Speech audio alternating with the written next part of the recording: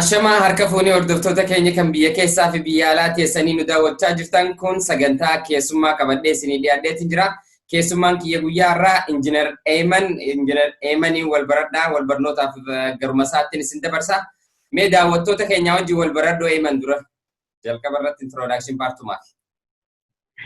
Hayyee galatoomaa mee carraa kana naa kennitee feeruudhaaf asirratti. Akkuma ati jette maqaan kiyya Eeman Ahmad Jaamaa ani ogummaa maandisummaa muummee siviiliitiin baradhe sanuma waan akkasiisaniin hojjechuu jira amma kana fakkaata. Hayyee galatoomii gamanumaa gara gaafii keenyaatti dabarraa jalqaba irratti gaafiin keenya guyyaa kaleessaati wal qabatee jechuudha. Lammaa Magarsaatii fi Xayyibaa Dr. Milkeessaa Miidhagaa paartii jiddugala qiiphii keessaa ari'amuu isaanii nutti himan. Mee waan kanaan wal qabatee maal jettamee waa'ee kanarraa haasa'e? Gaariidha. Lammaa Magarsaa gareen san Lammaa je'i Xayyiba faa je'i Milkeessaa faa je'i. I think namni biraatis ni jiran gana warri wanta qabsoo karaa lammaa kana jalqaba inni eegalirraa hin makin. Jarreen kun ni jiran. Wanti lammaan beektaa qabsoo Oromootiif jaalanne jibbine waan guddaa dalage hanga dandeettii isaatti waan guddaa godhe tattaaffate jijjiiruudhaaf waan hedduu godhee ture. Haa ta'u garuu badii ni qaba garuu asoon beeken illima keessa seene beektaa asoo hin hubatin illima keessa seene. Haa ta'u amma qabsoo tana keessa amma gizee as deebi'an kana I think bifa qindaa'een jarreen ichi keessa jiran asin beeynis qabsootti dabalawanii qabsoo tana if dura tarkaanfachiisuuf yoo itti deeman bareedaadha. Akkuma beekamu mootummaan amma jiru kun sabboonummaa irratti hedduu duula. Like namootaan waa'ee Oromummaa tana xiqqollee keessa qaban dhaaba san keessa jiran in the future ammallee ganaa irratti duuluuf ta'a. Kana irratti hin dhaabbatu. Kana beekuu feessa beektaa warri amma keessatti hafe waan kana jala sararanii beekuu isaan feesisa. Asirratti hin dhaabbatu. Ganaa nama hedduu irratti duulamuuf ta'a. Qabsaa'ota Oromoo hedduu irratti duulamuuf ta'a. Qabsoo warra ijoollee qeerroo irratti hedduu duulamuuf ta'a. Waanuma Oromoo ta'e hundaa'u diiguudhaaf in the long run irratti hojjechuu jira warri naftanyaa. Sabaa kana ta'eef dammaqinaan if dhaggeettiidhaan I don't mean achi keessaa bahaa kana jechuu qofa osoo hin taane ichuma keessaa yoo jiraatte faayidaa saba keetii hubachuu si feesisa. Protect godhuu ni dandeessa. Lammiin ta'e akka miidhamne protect godhuu ni dandeessa. Sababa san ta'eef dammaqinaan socho'uu qaban beektaa achi keessa yoo jiraatanillee jechuudha. Yookaan immoo baanii qabsoo Oromootti dabalamanii move godhuu barbaachisa. Warreen waraana keessa jiranis haa ta'u warreen poolisii keessa jiranis haa ta'u hundummaan isaaniitu karasitti deemuu nu barbaachisa beektaa. Hayyee waan gaariidha. Ibsa bal'aa nuu haastee kanarratti xiqqashoo waan hin hubadhe mootummaan Abiyyi kun jechuun nama dhugaan akkuma ati jette sabboonummaa dhugaa qabu qulqulluu qabu karaarraa haasaa xaragaa deemaa jechuudha. Dhugaa keetti gara gaafii itti aanuutiin si dabarsaa. Gaafiin itti aanu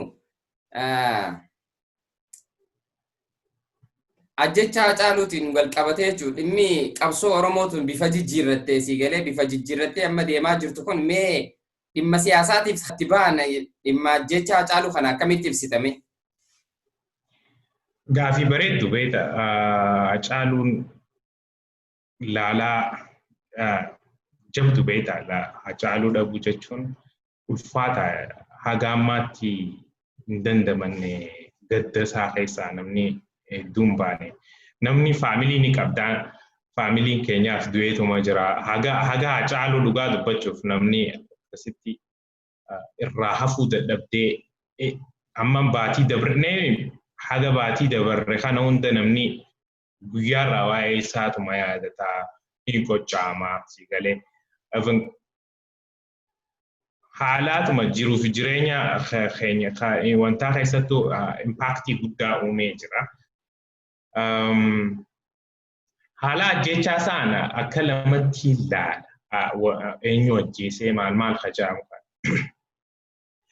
Takka mootummaa jechuun biltsiginnaatu ajjeesee janneef hafurannu jira. Reasoning evidence hedduu like logical evidence hedduu hakaras nu akeeku jira. Habraa immoo warra miti mootummaa yoo jenne warra mootummaa hin ta'in warra biltsiginnaa hin ta'in probably naftanyaa ta'uu mala or warra wayyaanee ta'uu mala. Isaan lameenuu benefitii mataa isaanii laalanii kana godhuu ni danda'an. Garuu wanni hedduun garuu hara mootummaa wanni akeeku hedduu jira. Maaliifii wanni kun it's not like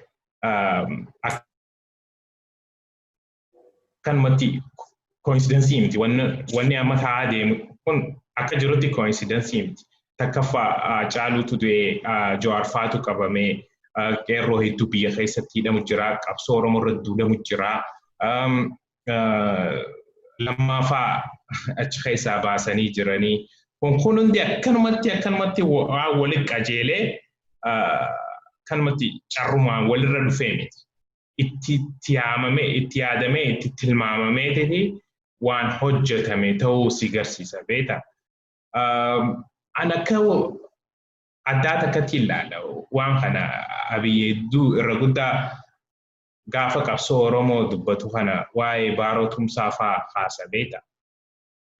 Baaroo Tumsaa seenaasaa akka inni itti hubatee fi akka inni itti ibsu yeroo san akka nama seenaasaa dubbachuu fedhu haa fakkaatu malee he is cooking something behind. Waa seenaa sanarra dhaabbatee waa Oromoof kaayuu jira beekta. Oromoo fi waxmada wayii kaayuu jiraaf Oromoodhaaf. Maal seete seenaa akka Abiy amanutti gaafa Baaroon Tumsaa du'u qabsoo Oromoo irratti gaaga'ama guddaatu dhufe. So Oromoon adda wal qoodee kaan wanta ta'e walirratti duulee waan jiru san qabateen seenaa san qabateeti.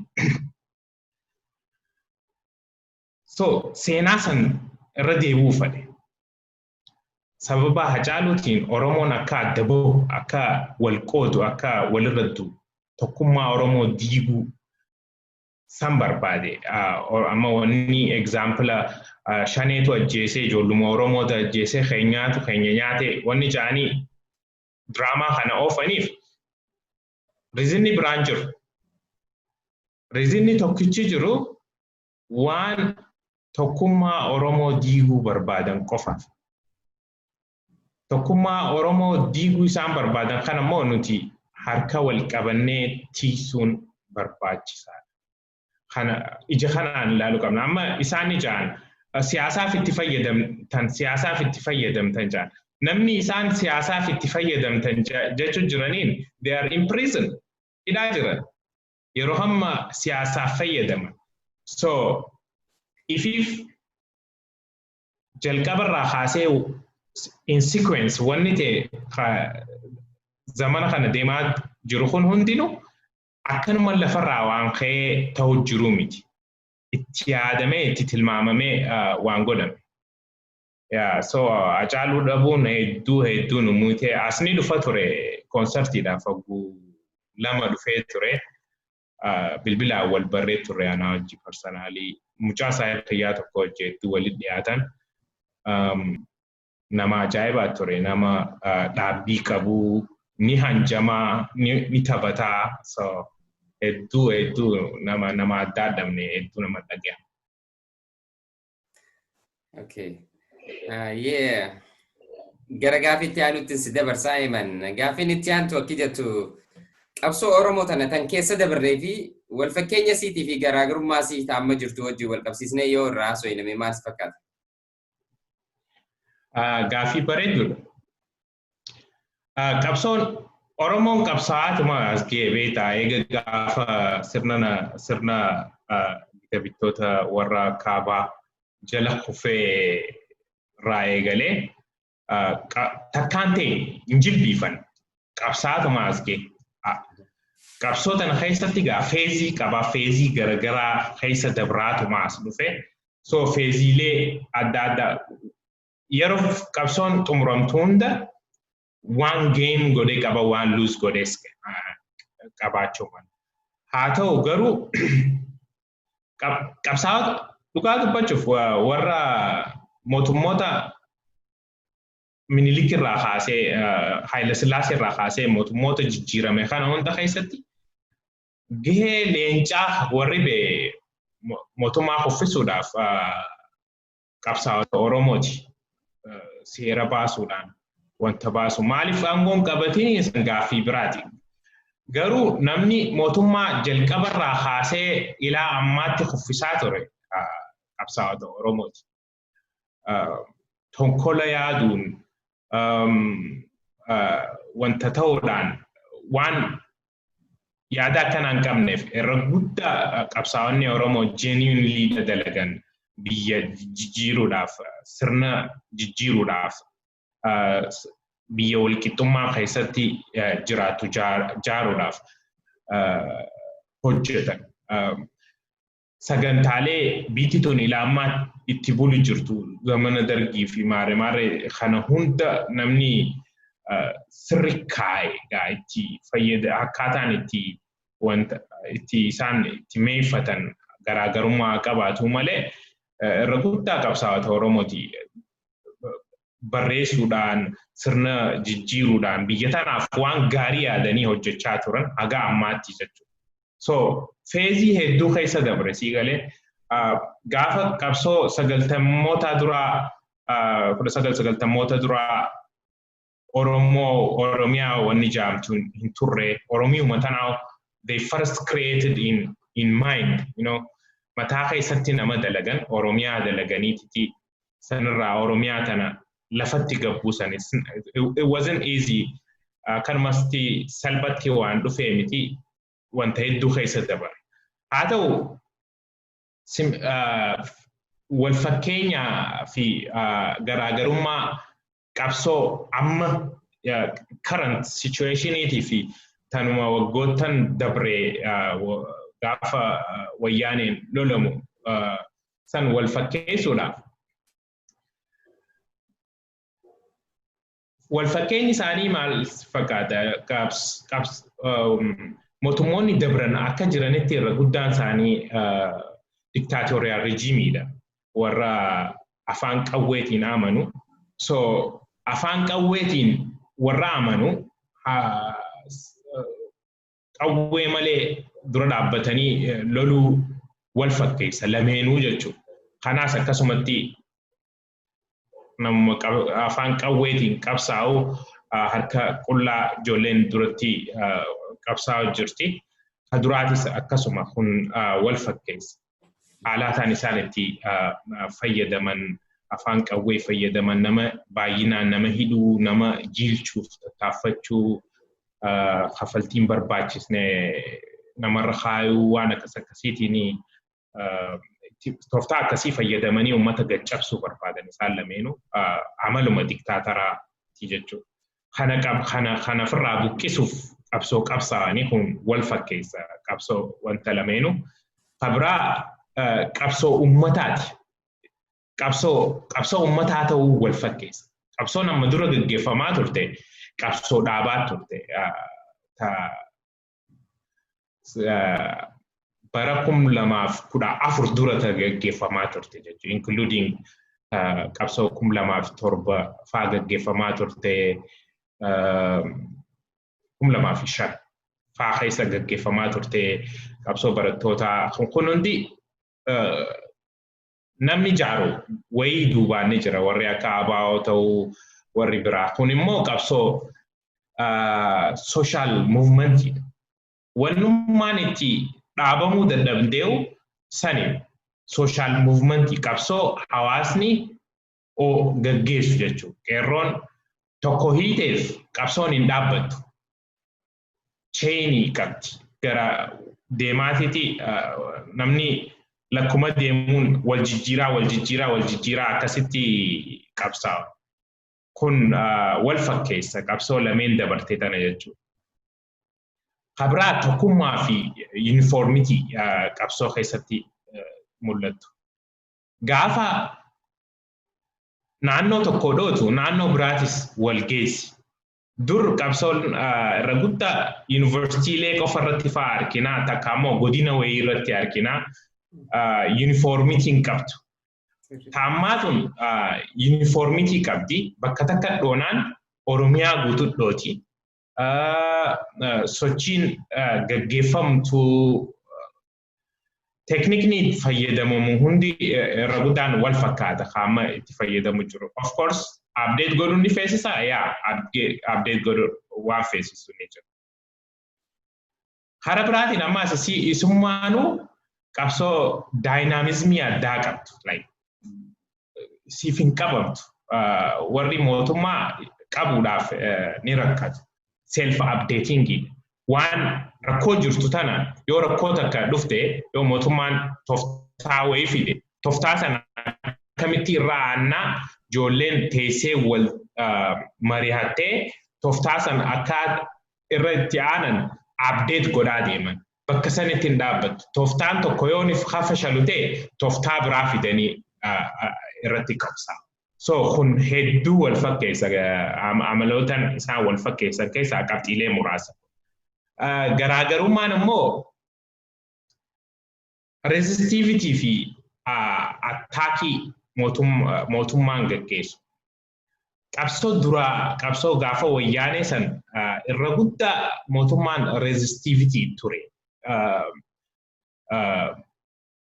Gaafa movementii ijoolleen qeerroon gootu kana resist godhee aangoorra turuudhaaf tooftaalee isaan fayyadaman kana fa'aa dura dhaabbatee aangoorra turuudhaaf tattaafata. Ammaa garuu mooraa qabsoo Oromooti attack godhu jira. Filannoon nagaaniin gaggeessa jee namni hedduun genuinely isa amanee itti dhiisan haga filannoon gaggeeffamtuu jedhanii jechuudha. So namni movementii gaggeessu jiru hin turre asoo movementiin gadi hin geeffamne attack eegale. So qabsoo Oromoo mooraa qabsoo Oromoo dhaqee attack godhu jira. So Jawaar faayiduun Hacaaluu ajjeesuun sangubaan warra lammaa kana fa'aa achi keessaa baasuu qeerroo baay'inaan hidhuu mana seenanii nama wanta godhuu dararaa adda addaa namarra gaggeessu kun mooraa Oromoo attack godhu jira. Sabboonummaa cabsuudhaaf tattaaffachuu mala malatanii kun akka isaan attack godhu jiranii garsiisa. Attack godhu sanitti dhiisuu hin qabnu garuu. Responsiin dhufu jirtu bareedaadha. Attackii saniif akkaataan itti respond godhu jirru bareedaa. Uniformity qabaa, tokkummaa qabaa, biyya alaa kanarraas movementiin ni jirti. Kun hundi responsiin isaa bareedaadha. Garuu resistant godhu amma resistivity keessa jira nuti. Resistance godhurraa gara attack godhutti dabru qabna. So kanarratti hedduu hojjechuun feesisaa hojjetamaa jiraas. Kabra warreen ollaa keenyaa warreen sabab sablammoota gaafa qabsoo wayyaanee san political passiveness keessa tura. Isaanumaa dammeessitee haastee boho'eessitee gabrummaa jala jirraa jettee tiimuudhaa hin fudhata. Namni irra guddaan passive keessa turan warreen sabootan xixiqqaa ta'uu sabootan jiran hundinuu political passive keessa turan. Si hojii kaanii qabsaa'u hedduu ulfaataa ture. Garuu amma political consciousness keessa jiran irra guddaan dammaqanii jiran gaafiin hedduun immerji gootee jirti. Yoonif naannoo kibbaa fudhattee godinaaleen hedduun gara naannootti jijjiiramuuf gaafii gaafataa jiru. Gaafiin biraatis ni jirti, gaafiin eenyummaa ni jirti, karaa naannoo kaabaatii irraas warra akka Walqaayitii fi kanaa kun hundi qabsoo Oromootiif galaadha. Even warruma amantii jidduu amma fakkeenyaaf naannuma kaabaa sanitti warra amantii muslimaatii fi amantii kiristaanaa tisni jiranii. So kun hundi movementidhaaf galaadha. Like jechuun itti fayyadamne moo itti fayyadamne isa waan biraati. Garuu waan guddaa resource guddaa bakka san jira. Organized godhanii itti oofuuf barbaachisaa. Sammalee political consciousness nama dammeessitee haareetti qopheessuudhaaf wanta gootu hin jiru. Namni duruun qophaa'ee jira political consciousness keessa jira. Kabraa biyya alaa kanatti last generation versus young generation. Qabsoo dabartee last generation qofaa gaggeessaa ture. Amma young generation dhufe. So young generation qabsoo qeebaltee bifa organized ta'een bifa modernized ta'een gaggeessu jira. Kunis hedduu wal fakkeessa. Kabraa protest and anti-protest jira. Bisanne waan yerootiif malee yeroon gizeetti deemte waan dhaabbatu. Gaafa protest goonu biyya tanaffaa especially dur anti-protestiin hin turre. Amma anti-protesterotaa jira. Kun garagara godha. Qabsoo baranaatii fi amata lama dura dabartee kanarraa hafee wanti difference isaanii caalaa similarity isaanii tutu.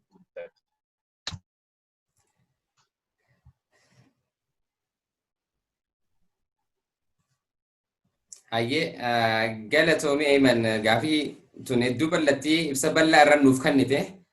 Hedduu galatoomii siin jenna gara gaafiitti aanutti si dabarsa. Gaafiin itti aantu Jawaar qabsoo tana keessa jiraachuu fi jiraachuu dhabuun qabsoo tana irratti dhiibbaa uumte ni qabdi waan jettu. Mee kanarraa maal jette?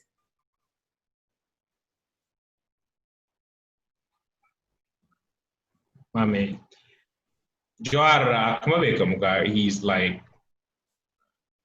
he's a political dynamic nama resilient nama cimaa beekta. He's strategist nama strategiidhaanis isaan dorgomu hin qabu biyya san keessa dhugaa dubbachuu. Inni jiraachuu dhabuun qabsoo miitee jirti to some extent miitee jirti. Garuu inni jiraachuu dhabuun qabsoon dhaabdu. Qabsoon itti fufti yoomiyyuu taanaan akkasitti uumamne beekta. Amma wanni hin galiniif takka mootummaa amma jiru kana bara kanaa fi bara durii wal fakkeessa. So yoo beektotaa fi qabsaa'ota Oromoo kaniin hidhu kaniin dhabamsiisu ta'e qabsootu akkuma dursaniin laamshawee hafaa itti fakkaata. It's different. Namni keenya amma baratee jira. Idaaba dhaba baratee jira. Biyya alaa kanattis namni baratee hedduudhaa. Biyya keessaas ijoolleen namni barateen hin jiru. Everyone namni baratee political consciousness gahaadha. So tokko hiiteef kudhantu marji godha.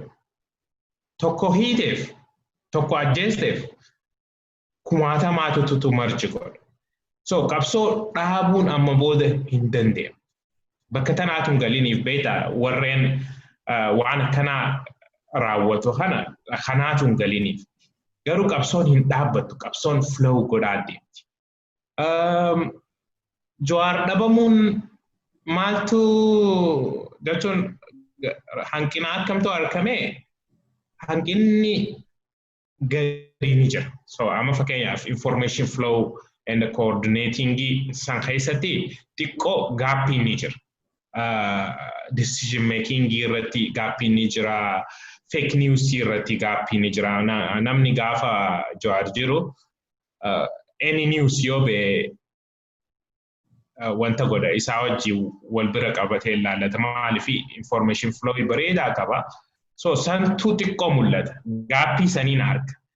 Kasanirraa hafee qabsoon itti fufti. Qabsoon hin dhaabbattu.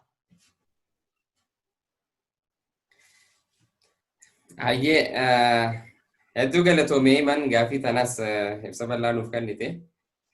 Haa ta'uti gara dhumaa gad deemaa jirra. Amma gaaffii itti aanu dabarsaa. Gaaffiin itti aanu qabsoo tana tumsuu keessatti warri biyya alaa jiranii fi warri biyya keessa jiru kana deeggaruun waan garagaraatiin deeggarsa garagaraatiin gargaaruu irratti mee waa'ee kanarraa hoo maal jette?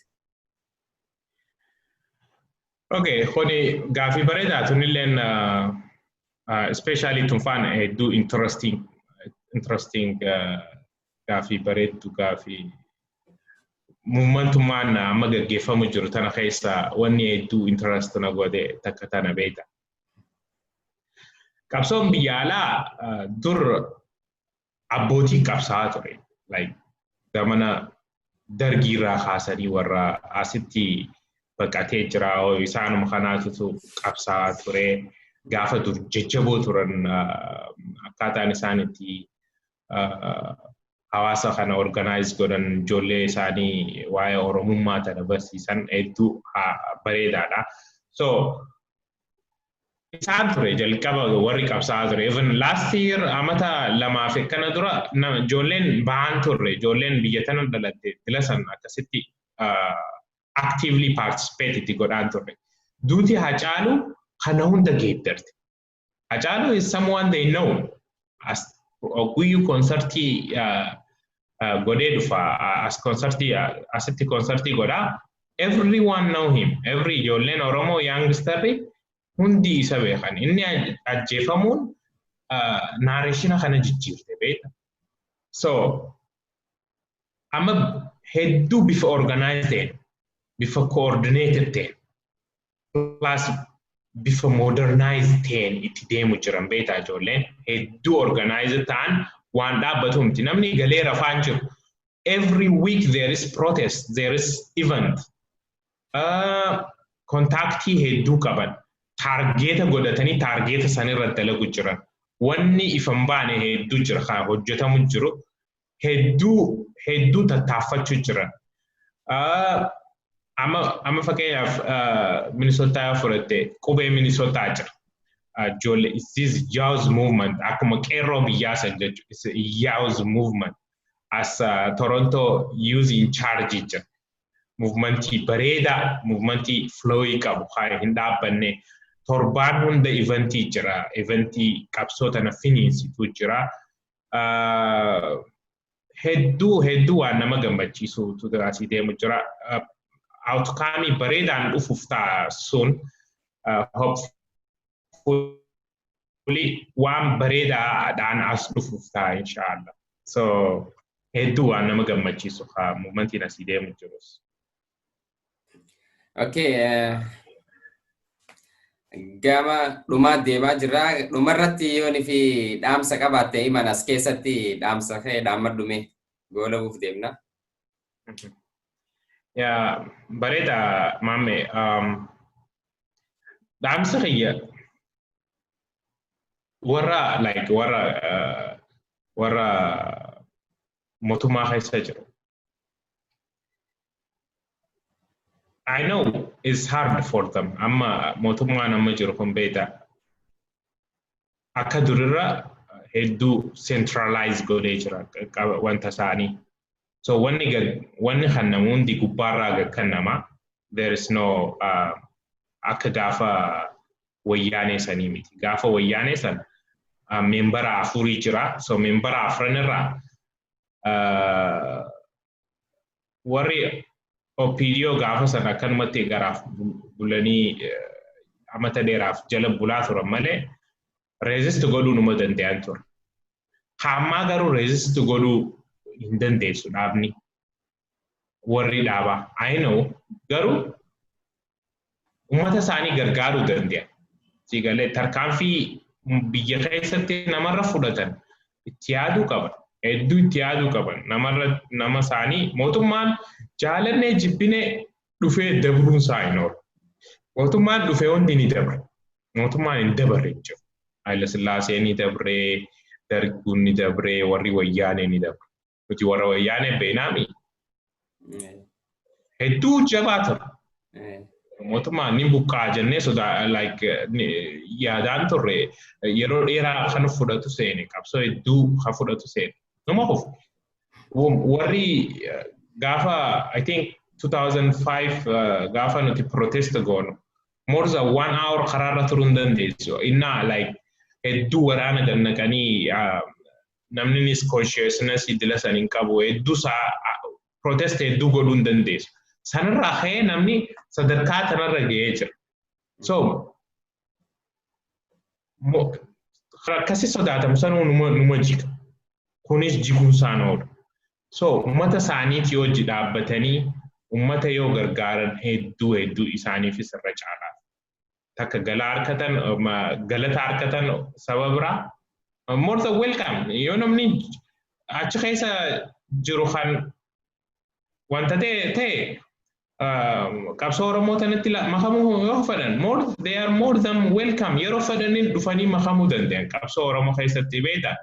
Wanni qabsoon Oromoo kana goote kana wanta taate nutti hin dabalamin jaanis dhorkan hin jirtu. So sabaa santeef yoo qabsoo Oromootti makaman yookaan immoo karaarraa yoo hiikaniif hedduu bareeda yaada joon qaba. Ijoolleen immoo hedduu socho'u jiran isaan karaarra nu kaayan duraanuu yaada hedduudhaan dhufan jeetiin abdaddaa self update godhuu feesisaa waan takka update godhuu feesisaa mootummaan kanaaf dabre garaagarummaa waan itti qabu jira. So sanarratti warri hayyootaatis waliin dhufanii ammas dalagaatuma jirama. Strategy hedduu update godhuu feesisaa strategy update godhaa injifachuun waan hin oolu uummanni oguyyuu injifata. Ibsa bal'aa nuuf kennite kanarratti hedduus galateeffachuu barbaada. Eeman anis gamanumaa xiqqashoo warra aanaa jiru harka raddaatti bulchaa jiru kanaaf fakkeenyaaf gizee gubbaarraa namni sabboonummaa dhugaa qabu gizee karaarraa maqee dhume isaaniifis barnoota ta'uu fi qabaa gaduma deemee jechuun gubbaa gad deema. Akkasumatti asumarratti goolabnaa sagantaa teenya guyyaa har'aa keessummaa kiyya yeroo ta'e aarsaa gootee kaffaltee jechuun nu argamu keetiif Eeman hedduu si galateeffanna. Galatoomii maammeetis hojii bareedaa jirtaa itti fufiinchaa.